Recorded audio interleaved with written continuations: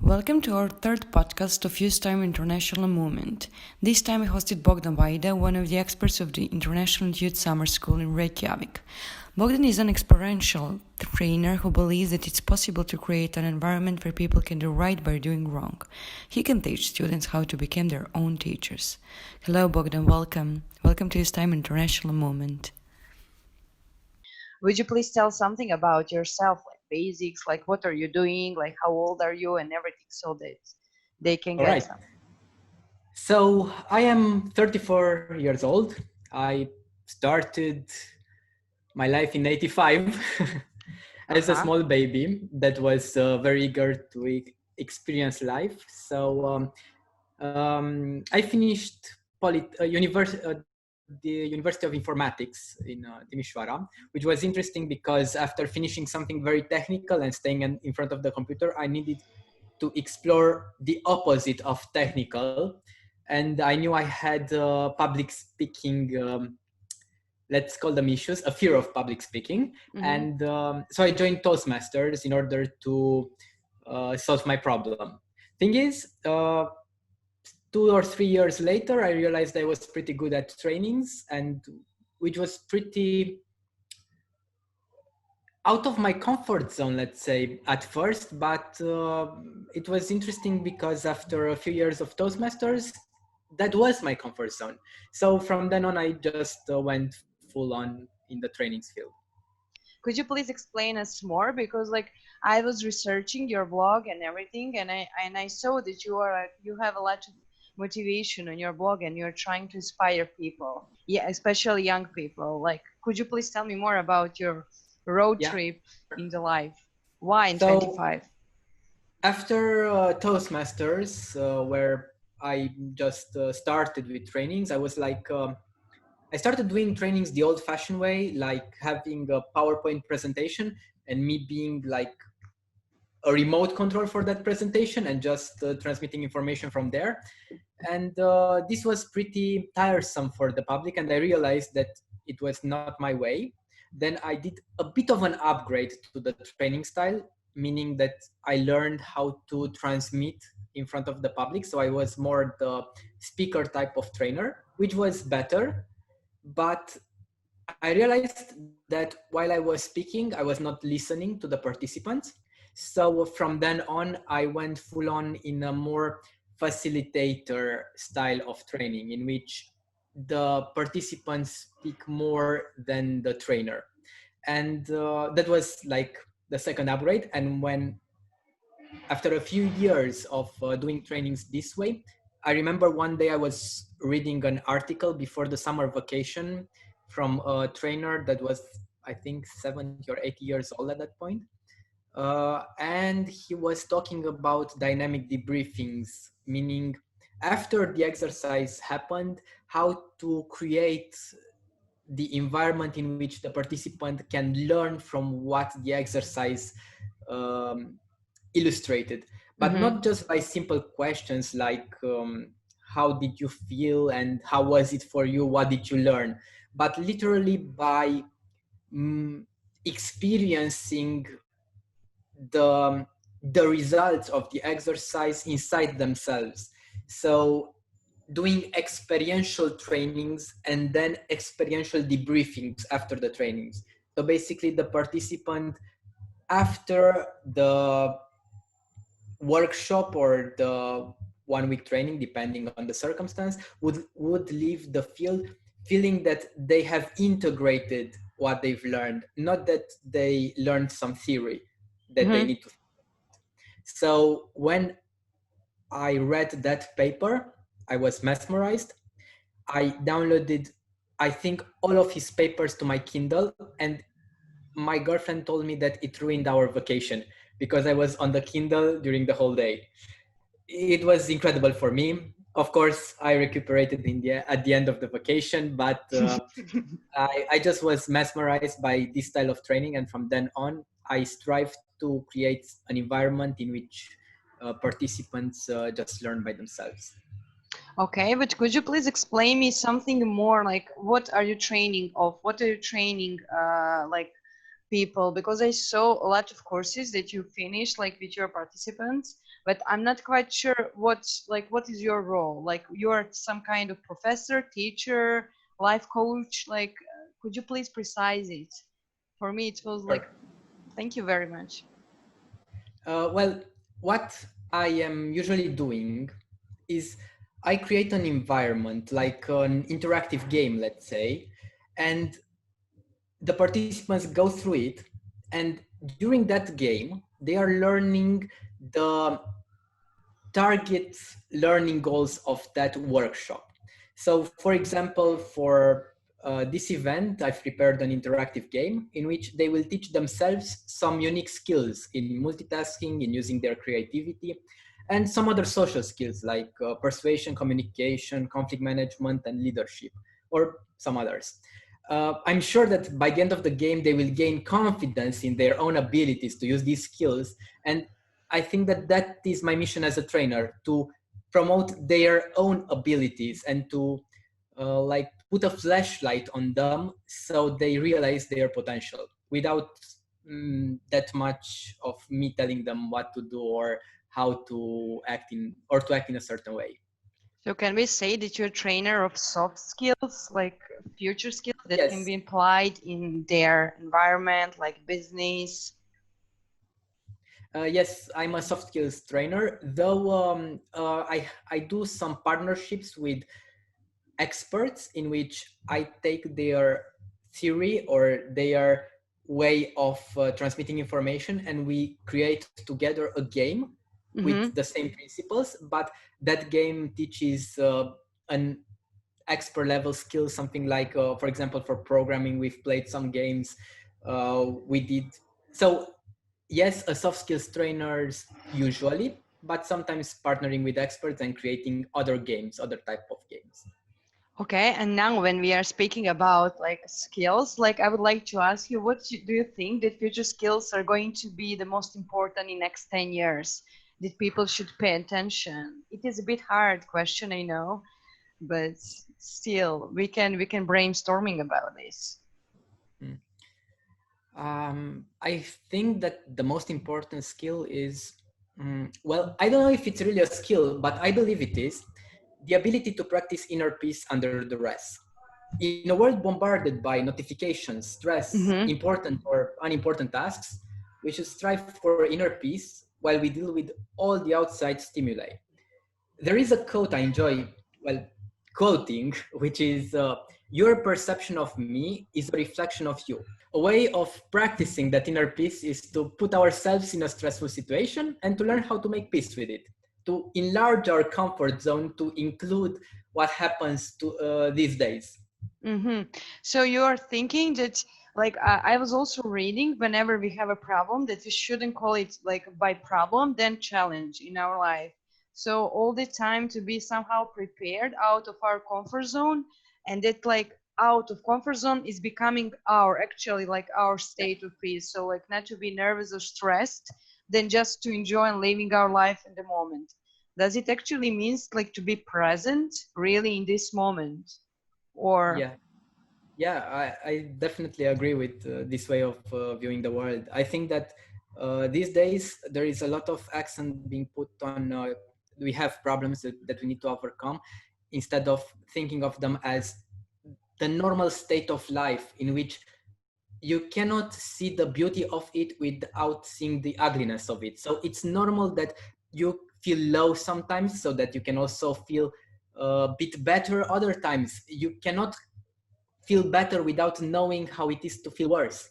So yes. these are things that it's normal for them to happen. So all that I believe we must do is just live our life without that much tension in trying to change what it already is, which already exists. And I also like can imagine because you're a trainer and you had so many like students, participants. I'm not sure how to call people who are collaborating with you. Maybe participants, maybe that would be the best. You can call them participants, Wait, yeah, sure. yes, like did you like so many times like did perfection like aim like to do everything perfect? Like that people are sometimes like stuck in their like minds that they need to do everything like in the best in the perfect way, and then they stop learning. Did you maybe notice something like this, or? Yes, actually, when I am a participant in other trainings, I'm actually the participant that it's trying to break the rules or Mm-hmm. to change things to make them more unique.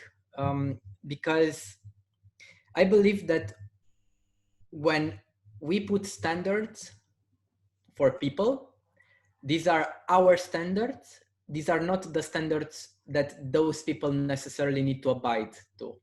So I believe that each unique individual can have his own inner standards, and they need to decide what is best for them, how much they need something, or how well they should behave. And even though there are external standards, this the level at which these standards are enforced in individuals is the level at which these individuals allow the standards to be enforced upon them.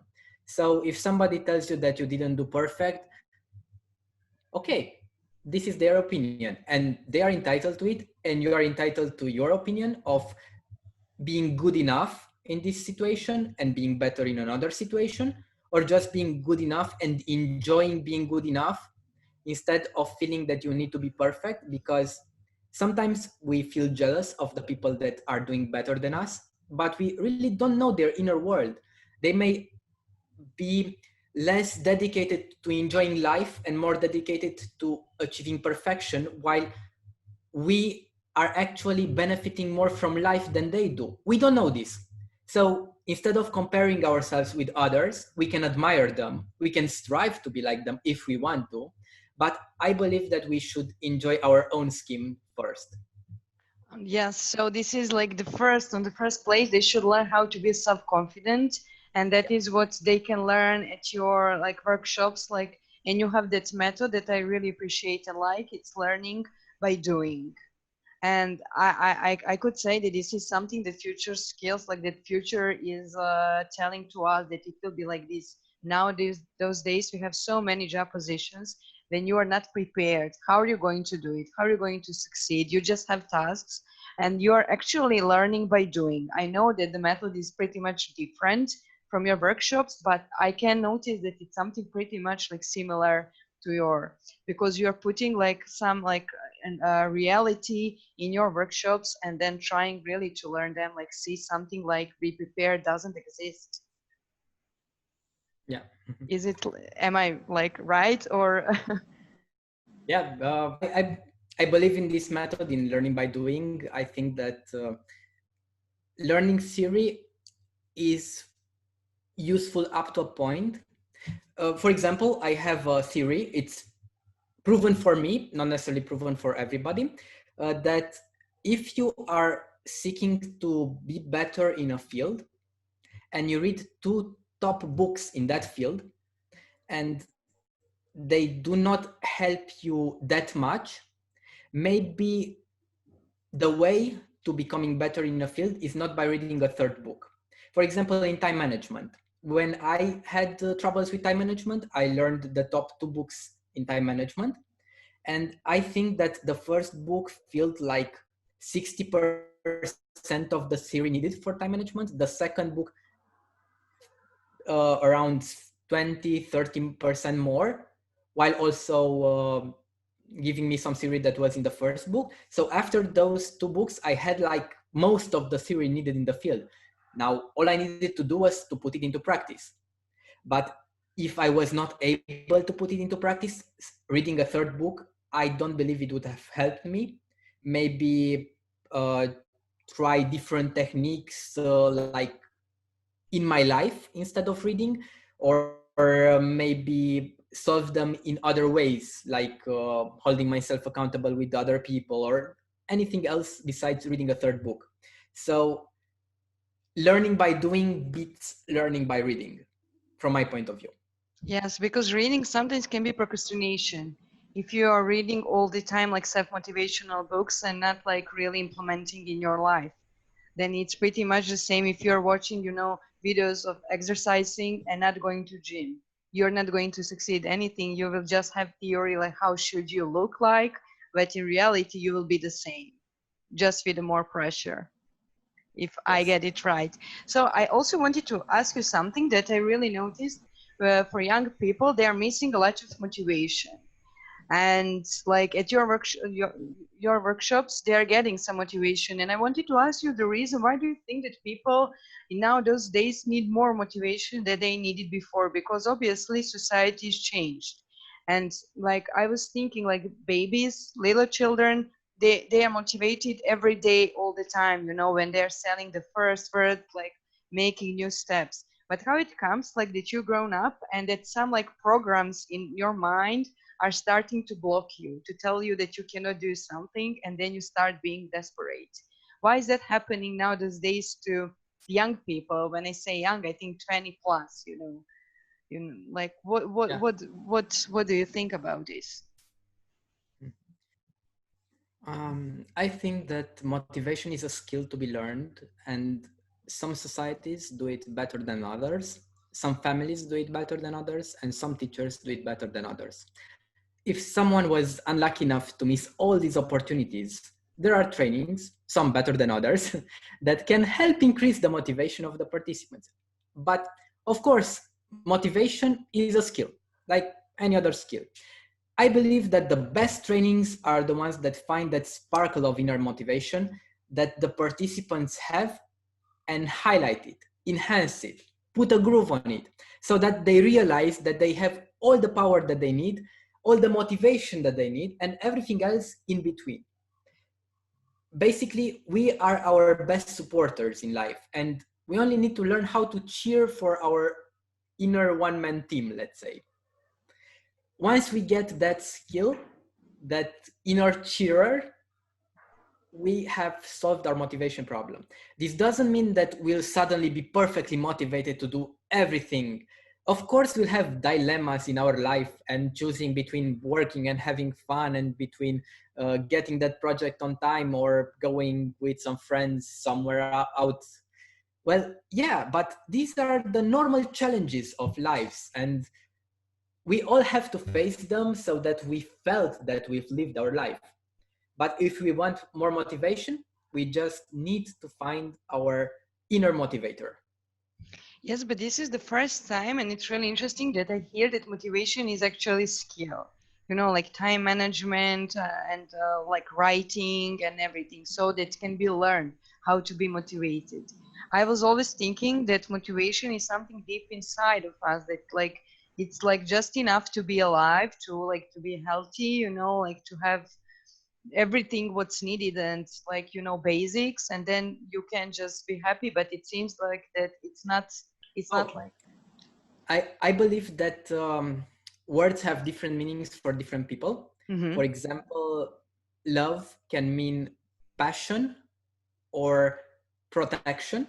And when somebody says, I love you, you can interpret it like I'm passionate about you, or maybe he is going to protect me.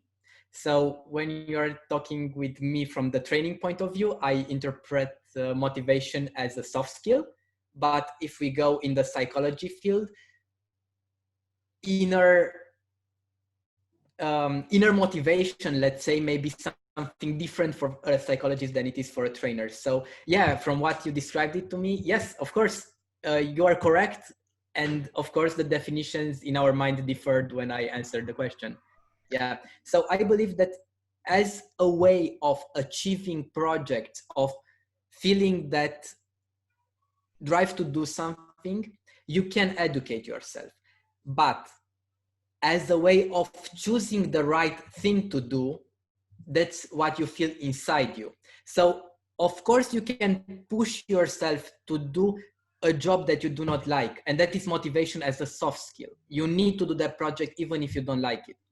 But if you don't like your job overall, your motivation as a soft skill is not needed. There is an inner motivation that you need to find in order to change the job or to improve your working condition. And as you said, yes, that's inside of you. It's not a soft skill. Yeah. Yeah, maybe in the 21st century we are talking about more human nature and our inner world more than we were ever talking. because as you can notice, we just started 1 century ago. So like it's just 100 years of like typology and talking about this. And thank you very much for those. Sorry. I would also add the Stoics if we go Yes. to the old times, but yes, psychology 1 century ago. Like scientists. Like yes, we had Yeah. like ancient Greek. I think sometimes they said everything. We just need to remember and to put it in 21st century in a modern way. How to how to recognize it and present to world. So I also wanted to ask you, like, what are your previous experience from our previous events? You were our expert as well. So like, what did you learn there? How did you feel? Could you please share with me? Yeah, sure. Well, I was doing a training in China for the summer school in 2017, Yes, yes. and I love the international mix of participants. Yeah. So Mm-hmm. just having so many nations and unique worldviews under the same roof was fantastic. I've learned about a lot about the Chinese culture and their way of thinking and behaving, and also how international groups work together in the various activities that they had. So it was a wonderful experience for me. And from what I've talked with the participants as we were going visiting there, yeah, they enjoyed it so much.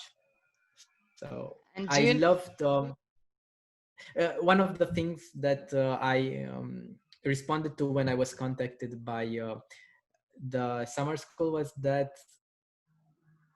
I enjoyed so much also the organization skills for that the organizers had shown in this event, because there were a lot of activities and everything was so well organized. So congratulations to you and all the team, and also congratulations for the future event, because I know that it's going to be wonderful. Well, thank you for believing in us. But I wanted to ask you, what is impact of your workshops on the international summer school? What participants did tell to you? I know it was 3 years ago, and it can be like a past, but like, what did you notice? Like after workshops, are they changed somehow? Like what our participants can expect from you? I want to trigger them a bit. All right, so I can talk about the past now. What we did was we had a game, kind of an architecture game, in which they had to build the highest building, and they were split into international teams. And I still remember the pictures of the people sitting on the table in order to uh, put a sticker from the roof, from the top part of the room up to their building, so that it would stay better, it would fit better. They were very, very creative and very enthusiastic in doing this training. And what they did was they learned how to communicate with each other, how to lead, but also how to listen in a kind of a stressful situation, because they were under time and competing with other teams.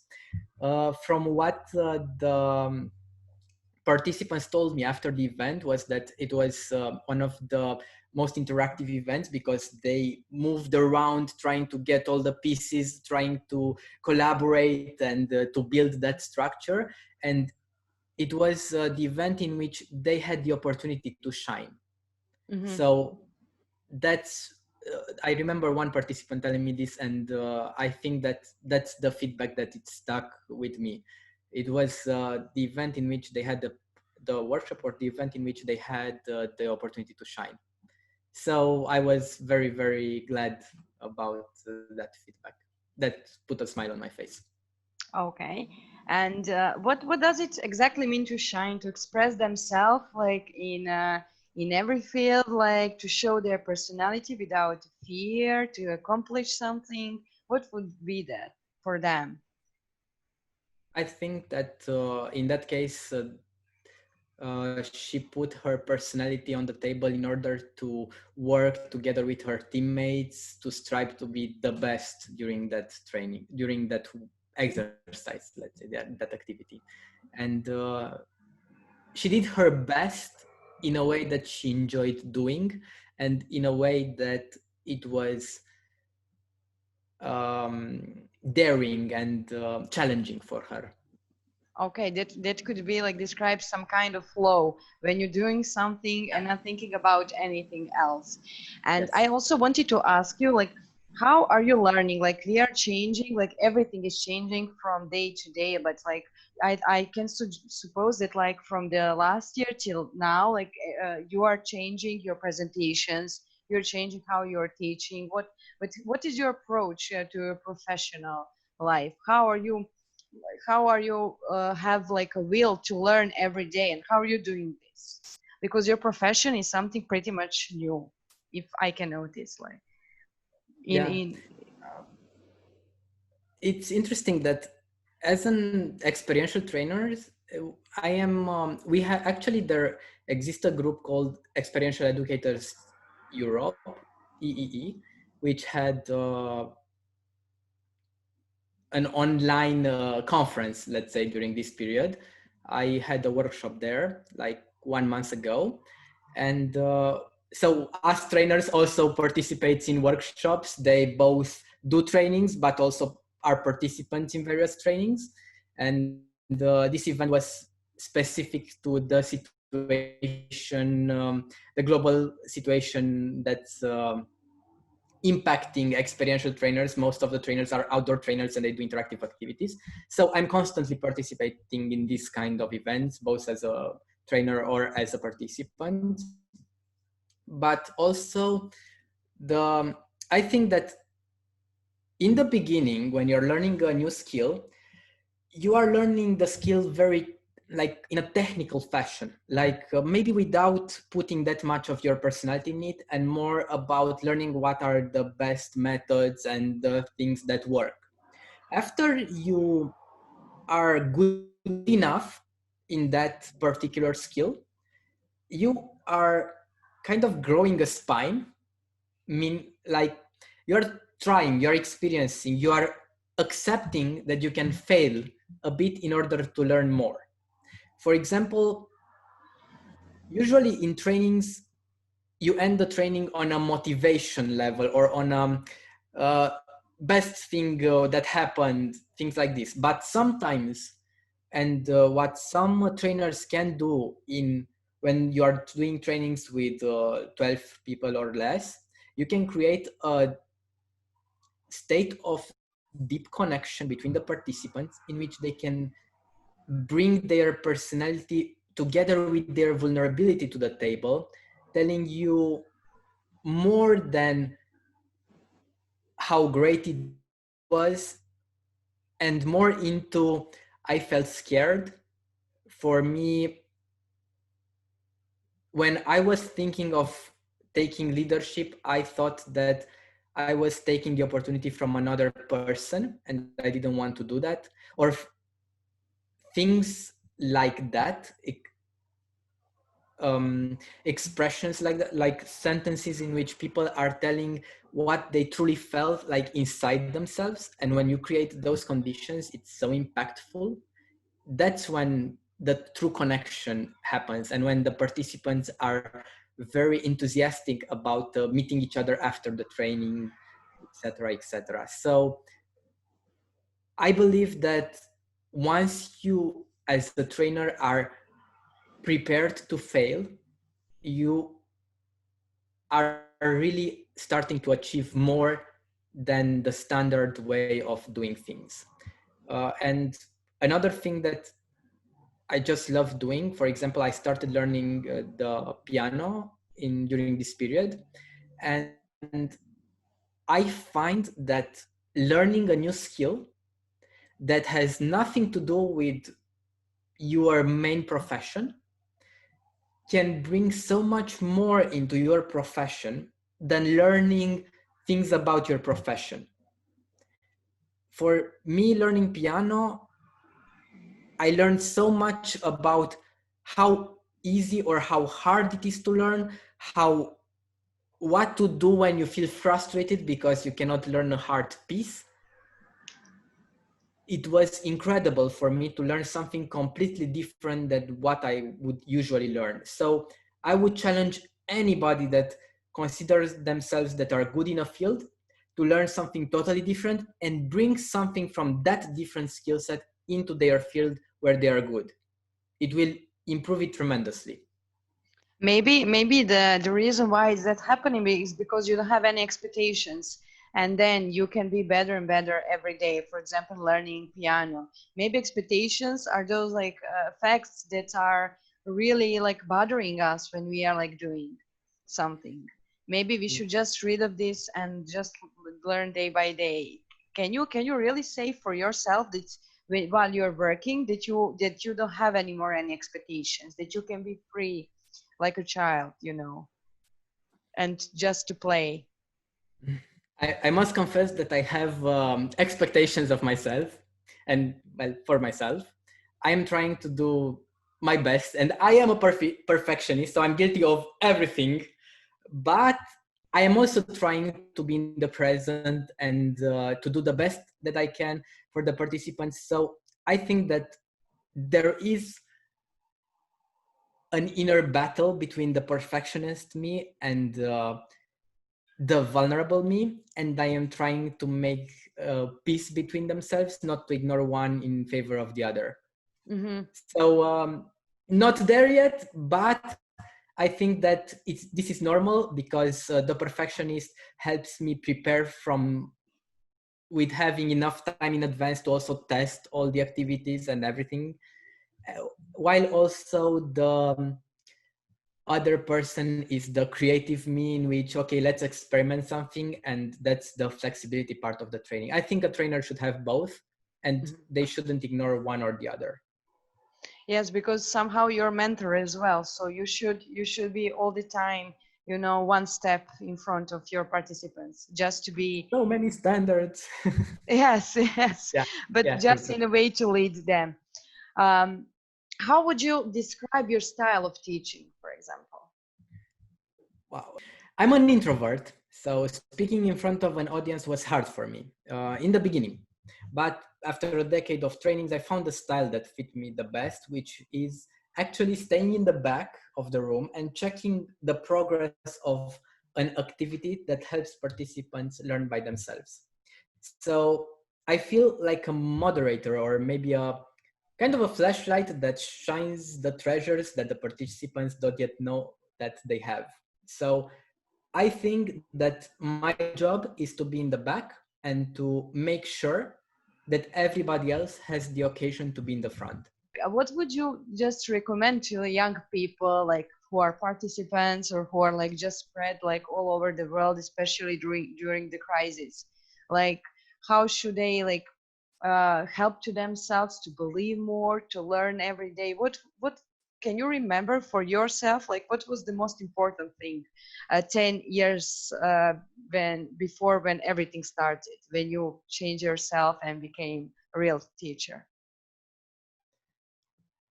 All right. So I think that as a person, as a fellow human being, the challenge would be to find in yourself the solution to the mystery of the world. When you look at other people as the only way forward, you cannot surpass them because they are in front of you. You can learn from them, you can respect them, you can enhance yourself by admiring them or by taking something that they do better, but you will not be able to surpass them. But if you look at yourself as the way forward, you can find in yourself what you need in order to become your best self and develop yourself to your full potential. I think that there is enough in us that can contribute everywhere. So my recommendation, or for somebody starting out like 10 years ago, let's see, or my recommendation to me 10 years ago, is just believe in yourself and uncover yourself, because you have a lot of potential in you. So just find it, put a light on it, and enjoy life, knowing that you can and you will improve at your own pace, and that's okay. But did you in that time did you read any books like that could help you that you could recommend to us? like watching somebody? Ooh, yes. Let's see. I read I read a lot. Like I think that my Goodreads account is over 1,000 books. So yeah, that's a lot of reading, especially now with the audiobooks that it's very easy to read while you are on the road and everywhere else. Um, in order to recommend something, I love belletristic in that by reading a new book, it's like I am live I am just living a different life. So by reading 1,000 books, I lived quite a lot of lives. So just by reading as a self-development method, I think that that's perfect. And you don't need something in particular to read. I mean, some people resonate a lot with biographies. They read about the life of a person and they can take their own lessons from that person's life. Other love self-development. For example, for self-development, there is a book called The One Thing, The Surprisingly Simple Truths Behind Extraordinary Results by Gary Keller, Mm-hmm. which is kind of like time management, but also setting a goal and getting there with motivation and with everything you need. There is also a lovely story that I think that it represents a view of the world that promotes inner peace. It's called The Egg by Andy Weir, Weaer. It's also on YouTube, so you can see a movie about the egg, which is it's a short story. That's another way of another path to self-development. And I would also recommend Ken Grimwood Replay, or the books in that sound like that are in the same field, like The First 15 Lives of Harry August by Claire North. These two books are about living your life again from the beginning and doing it differently. It's unique to think about your life and how you would live your life if you would be born again. And I actually recommend a short exercise for anybody listening to this audio. Think imagine that you are in a room Mm-hmm. and there you have you at 10 years old, you at 20, you at 30, you at 50, you at 70, and you dying. And think what you would tell to you when you were little and what your future you would tell you from their respective age. It's impactful. Just try it. I would recommend it. Okay, I will try it, and I will fully recommend to all of our audience, because I think it's super important what you said now. Like, it's really good tip, and I will send you the impact of this. Like, I will try it, really. All right. Thank you. Bogdan, thank you very much for sharing your story with us. See you in the Youth Time International Summer School in Reykjavik. Goodbye.